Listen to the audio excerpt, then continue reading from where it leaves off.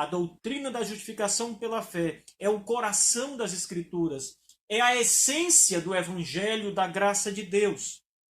Durante muito tempo, meus irmãos, durante todo o período anterior à Reforma Protestante, quando as pessoas estavam, na verdade, imersas na Idade Medieval e estavam sob o domínio da Igreja Católica Romana, essa doutrina foi esquecida pela Igreja. Não se ouvia falar na justificação pela fé. A doutrina que se levava às pessoas e pelo qual as pessoas colocavam suas vidas era a salvação pelas obras, eram os méritos humanos. De modo que as pessoas acreditavam que precisavam realizar obras e somar obras por cima de obras para garantirem a sua salvação, para perdoarem os seus pecados, para serem então reconhecidas diante de Deus como pessoas que merecem o paraíso de Deus, o céu de Deus. Mas a cada vez que as pessoas faziam obras e praticavam coisas boas, davam esmolas, ajudavam os que mais precisavam, os doentes, os mendigos, os carentes, quanto mais elas faziam isso, mais elas olhavam para os seus próprios pecados e viam que suas obras não conseguiam alcançar os seus pecados. Quanto mais faziam coisas boas, mais pecados cometiam, de modo que a conta nunca fechava. Cada vez mais as pessoas foram levadas a praticar as boas obras. Chegou ao ponto na Idade Média em que as pessoas precisaram pagar para ter os seus pecados perdoados. Pelo menos assim acreditavam. Os homens e as mulheres precisavam pagar a chamada indulgência, que era um valor dado à Igreja Católica para que a alma dos parentes fossem arrancadas do purgatório e tivessem ali com aquele dinheiro os seus pecados perdoados. Um dos cardeais católicos, chamado Tetzel, ele disse que toda vez que uma moeda cai no gasofilácio, o tinitar da moeda, o barulho da moeda no cofre da igreja, era uma alma que era arrancada do purgatório e levada para o céu.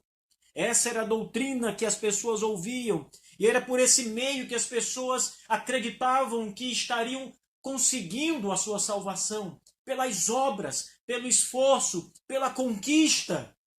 As pessoas trabalhavam para ser salvas, as pessoas lutavam pela sua salvação através das obras, mas esse sistema era inútil. Era completamente inútil. Até que o Senhor Deus levantou um monge dentro da igreja chamado Martinho Lutero. E esse livro de Romanos é muito especial para Lutero, porque foi através da carta do apóstolo Paulo aos Romanos que Lutero pôde entender e pôde tirar um grande peso que ele carregava nas suas costas, que era o peso dos seus próprios pecados. Lutero, como um bom católico, acreditava piamente e seguia piamente os costumes e as orientações da Igreja Católica, do Papa, e praticava boas obras, fazia penitências diárias. Lutero era um monge agostiniano, meus irmãos.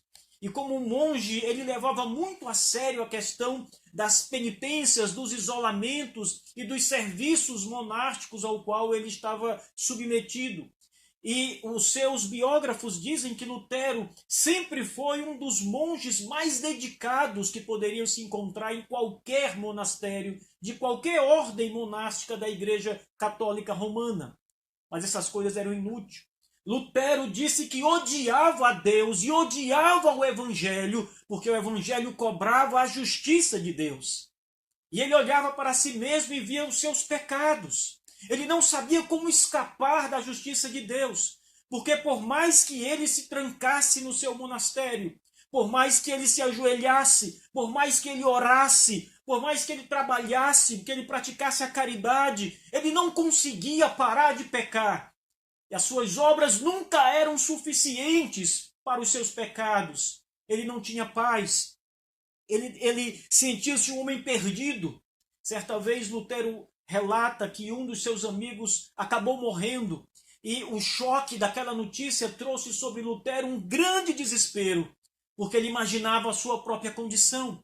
Ele imaginava os tormentos do inferno. E Lutero sabia que se morresse na condição de pecador, as suas obras ainda não tinham alcançado os seus pecados, que eram gigantescos. Ele sentia-se perdido. Lutero chorava. Lutero se desesperava no seu quarto do monastério, rogando a Deus, lutando contra Satanás. Mas ele sempre era vencido. Ele sempre era vencido pelos seus pecados.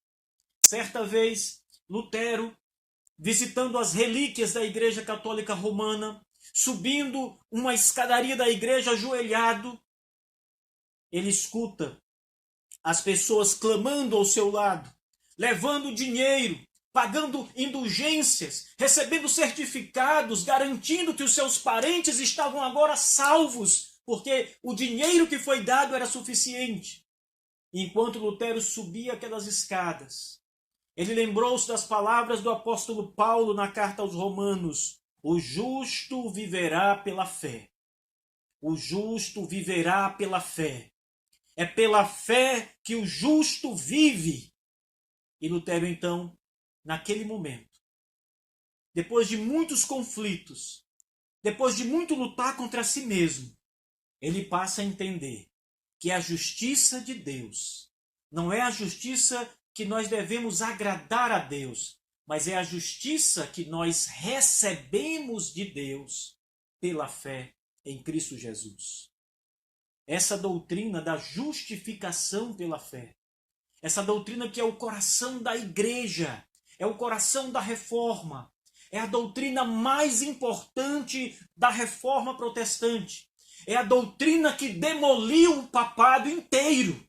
O Papa certa vez disse, depois que Lutero havia se levantado e começava a proclamar a justiça de Deus pela fé, começava a proclamar o nome do Senhor Jesus Cristo, começava a pregar contra as indulgências, contra as obras, e colocando a fé somente como aquilo que era necessário. O Papa disse que havia dentro das plantações da Igreja Católica um javali louco que estava destruindo tudo.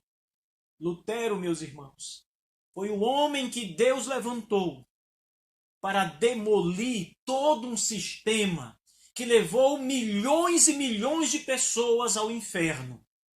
A segurança nas próprias obras. Entender que fazer coisas boas era suficiente para ser salvo.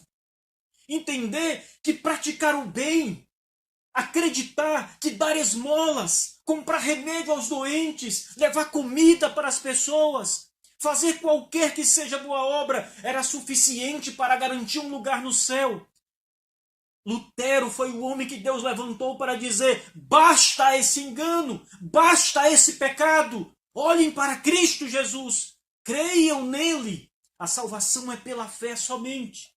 É pela fé somente. Não havia nenhuma condição, meus irmãos.